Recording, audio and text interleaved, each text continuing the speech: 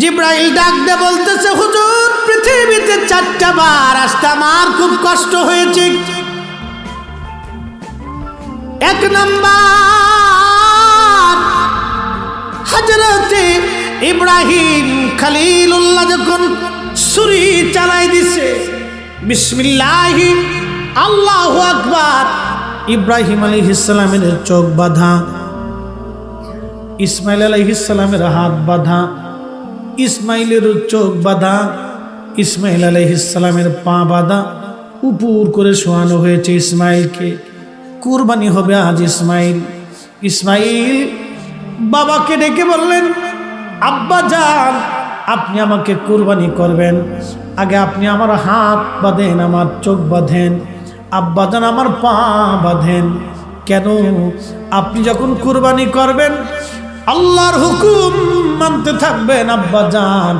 এই সময় যদি আমি সটফট করি গো বাবা, তাহলে আল্লাহর হুকুম মানতে আপনার অসুবিধা হবে। শক্ত করে আমাকে বেঁধে ফেলেন, আমার চোখ বেঁধে দেন। আব্বা যান ছুরিটাকে খুব সুন্দর করে ধারায় নেন, আর আপনি আপনার চোখ ভালো করে বেঁধে নেন।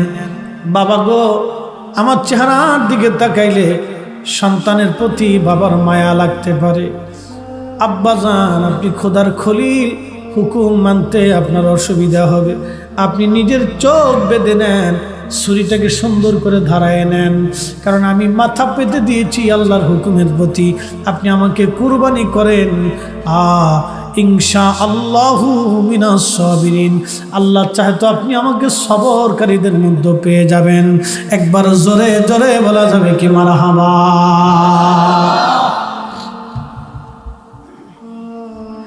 আরে বাবা, আল্লাহর হুকুম মানতে দেয়া ছেলেকে কত বিনয়ী পেয়ে গেলেন। আমার দেশের ছেলেকে যদি বাবা বলে, বাবা নামাজে আসো, ছেলেটা ডাক দেখে, বাবা যাও পরে আসতেছি। ফজরের সময় যদি ডাক দেয়, সলিমদ্দি ওর ফজরে আজান দিছে, পরে যাও, যাও আইতাছি। পোলাই বাবারে ধমক মারছে। ইসমাইল আলাইহিস সালাম ডাক দেখ, আব্বা যান চোখগুলি ভালো করে বেঁধে নেন, যাতে কষ্ট না হয়, আমাকে দেখলে মায়া না লাগে। চোখ বাঁধা থাকলে আপনি দেখবেনও না, কিন্তু আমাকে কোরবানি করে দিবেন। হাত পাগুলি বেঁধে চোখ বেঁধে খুদারি খলিল ইব্রাহিম আলাইহিস সালাম যখন ছুরি চালাই দিলেন, বিসমিল্লাহি আল্লাহু আকবার বলে গলার দিকে ছুরি নামতে ছিল। আল্লাহ ডাক দিছে, জিব্রাইল যাও, জান্নাত থেকে একটা জান্নাতি দুম্বা নিয়ে, যে দুম্বাটা জান্নাতের মধ্যে লালন পালন হচ্ছে, ওই দুম্বাখানা নিয়ে আমার ইসমাইলের সরাইয়াম। ইসমাইলের পরিবর্তে ইব্রাহিমের ছুরির নিচে তুমি দুম্বা চালাইয়া দাও। হে হবিগঞ্জের মুসলমান, মনোযোগ দিয়ে।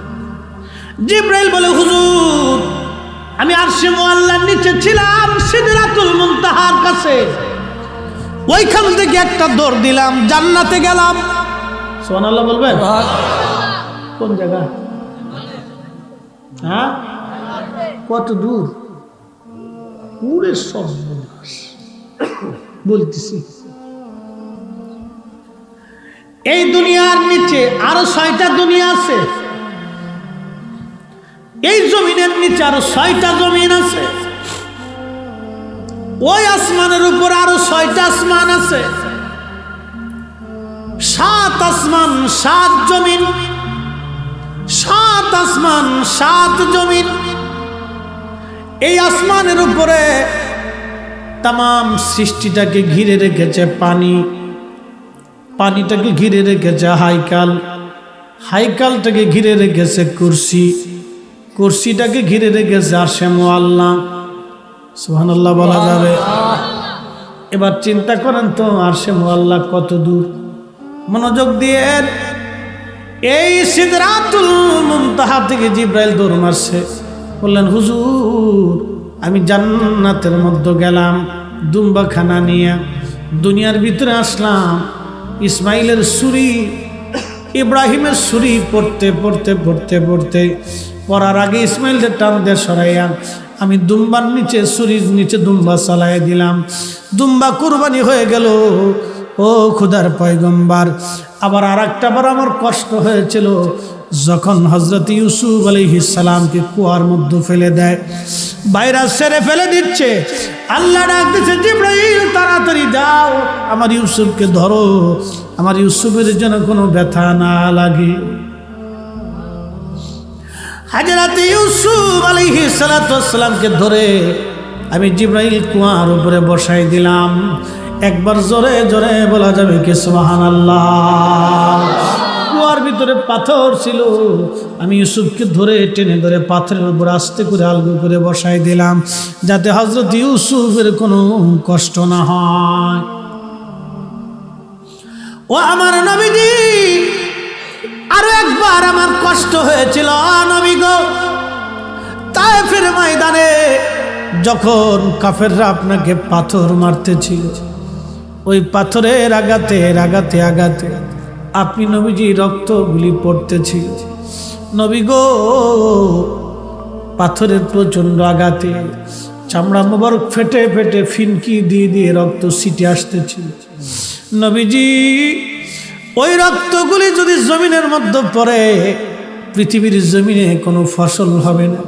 আল্লাহ ডাক দেয়, বললেন জিবরাইল যাও, ওই রক্ত যেন জমিনের মধ্যে না পড়ে, তুমি রক্তগুলি জমিনে যেন না পড়ে সেই ব্যবস্থা করো। কারণ ওই রক্ত যদি জমিনে পড়ে রে, আমার নবীজি রক্ত পড়ার কারণে পৃথিবীর জমিনে কোনো ফসল হবে না, আমার বান্দারা ক্ষুধার্ত থাকবে, না খেয়ে থাকবে, সারা পৃথিবী দুর্ভিক্ষে বান্দারা না খেয়ে মারা যাবে। কারণ জমিন ফসল দেবে না, জমিনে বরকত হবে না। আমার নবীর রক্ত পড়ার কারণে জমিন বেজার হয়ে যাবে, কষ্ট হয়ে যাবে। না না না, রক্ত যেন না পড়ে। হুজুর, আমি ওই সময় এসে দ্রুত গতিতে রক্ত জমিনে পড়ার আগেই এই রক্তগুলি তুলে ধরে রেখেছিলাম, পড়তে দেই নাই। ইয়া রাসূলুল্লাহ, এই সময় আমার আসতে কষ্ট হয়েছিল। একবার আওয়াজ তুলে ধরে বলা যাবে কি ইয়া রাসূলুল্লাহ?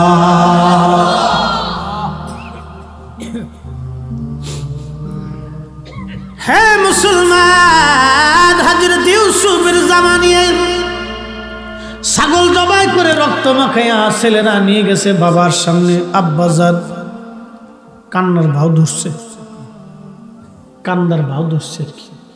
আব্বাজান, আপনি যে কইছিলেন বাগে লয়ে যাবে, ঠিকই বাগে লয়ে গেছে, আমরা আপনার ইউসুফকে ধরে রাখতে পারি নাই। হযরত ইয়াকুব বললেন, তাহলে ইউসুফকে ধরে রাখতে পারো না, ইউসুফকে বাগে নিছে। বলে হ্যাঁ আব্বাজান, ইউসুফকে বাগে ধরে লিয়ে গেছে, আপনি বিশ্বাস করবেন না, বিদায় আমরা জামা লইয়ে এসে যে দেখেন জামা। ইয়াকুব আলাইহিস সালাম বলেন, দেখি তো জামা কেমন দেখা যায় জামাটা, আমার ইউসুফের জামাটা তুমি আমারে দাও। ওই জামার ভিতরে রক্ত মাখানো আছে, ছাগলের রক্ত। রক্তগুলি মাখাইয়া নিয়ে আসছে, দেখি তো জামাটা। হযরত ইয়াকুব দেখে জামা আছে, রক্ত আছে, কিন্তু জামা ছিঁড়ে নাই।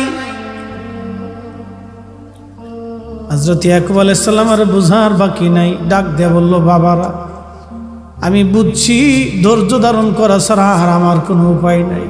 আমার ইউসুফরে এমন বাগে ধরছে, যে বাগে খাইলো কিন্তু জামা ছিল না। বাগে খাইছে কিন্তু আমার ইউসুফের জামা ছিঁড়ে নাই রে ছেলেরা। বুঝছি আমার ইউসুফরে কোন বাগে ধরছে।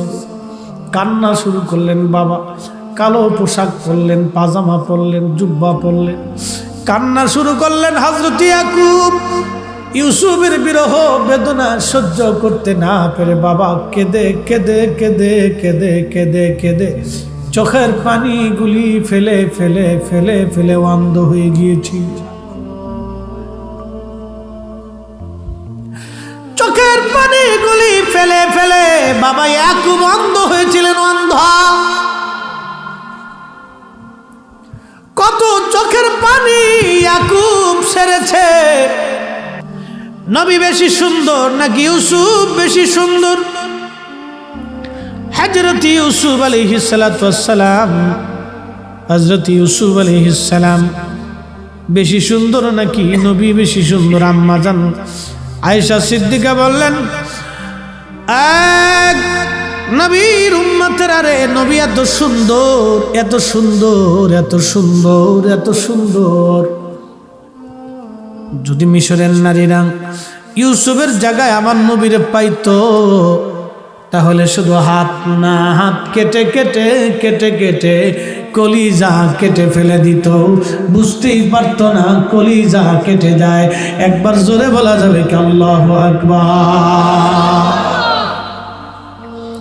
सूरती यूसुफ बेदारी हकमाते लुकमाल माँ करिए कुरान कारी आए दिले सादेल माँ। है नबीर उम्मत मनोযোগ দেন। জামালিয়াতের কারণে একজন মানুষ আর একজন মানুষকে ভালোবাসে। নবী কত সুন্দর বুঝাই। ইউসুফের চাইতে আদম বেশি সুন্দর, আদমের চাইতে আমাদের নবী বেশি সুন্দর। কি করে বেশি সুন্দর? বাইহাকির দালাইলুন নবুয়তের মধ্যে আসছে, যখন আদম আলাইহিস সালামকে আল্লাহ মাটি দিয়ে বানাইলেন, রুহু ফুকাই দিলেন। রুহু ফুকানোর পরে আদম আলাইহিস সালাম দেখলেন আদমের সামনে উম্মতে মুহাম্মাদি দেখা যায়। আবুল বাশার দেখলেন সন্তানদেরকে দেখা যায়। কে চোর হবে, কে আলেম হবে, কে জালেম হবে, কে রাজা হবে, কে বাচ্চা হবে, কে প্রজা হবে, কে কি হবে না হবে, আদম নবী দেখতে লাগলেন। ঠিক এমন সময় আদম আলাইহিস সালাম দেখলেন ফারানি নূরান সাতিয়ান ফি আসফালিহিম, এক উজ্জ্বলতম নূরওয়ালা দেখা যায়। আদম নবী জিজ্ঞেস করলেন, ইয়া রব মান হাজা, এই লোকটাকে? আদম আলাইহিস সালাম জবাব দিলেন, আল্লাহ। আদম আলাইহিস সালাম বললেন, ইয়া রব মান হাজা, এই লোকটাকে? আল্লাহ পাক জবাব দিলেন, হাজা ইবনুকা আহমদ, ইনি তোমার সন্তান মুহাম্মদুর রাসূলুল্লাহ সাল্লাল্লাহু আলাইহি ওয়াসাল্লাম। একবার জোরে বলা যাবে কি মারহাবা? লা শারীকা লাহু, ওই রবের কোনো শরীক নাই। আছে? ওই রবের কোনো শরীক নেই।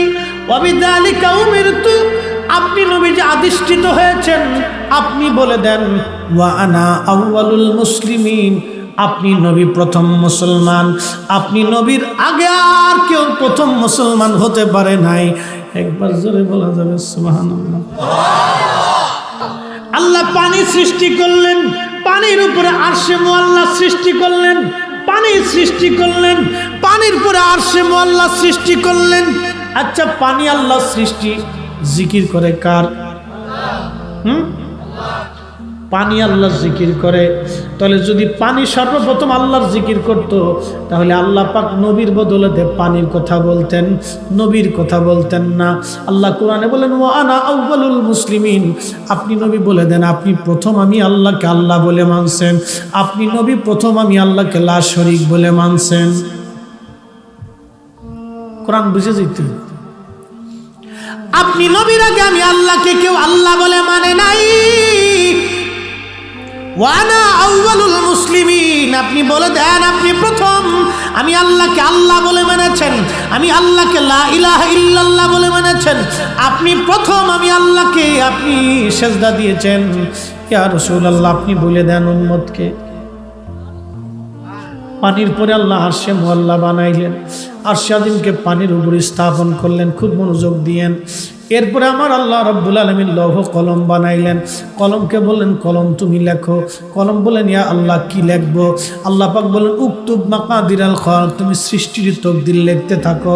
আমি কোন জায়গা যায় চা খাবো, আল্লাহ পাক আমার সৃষ্টির 50,000 বছর আগে আল্লাহ লিখে রাখছে। একবার জোরে বলা যাবে কি সুবহানাল্লাহ?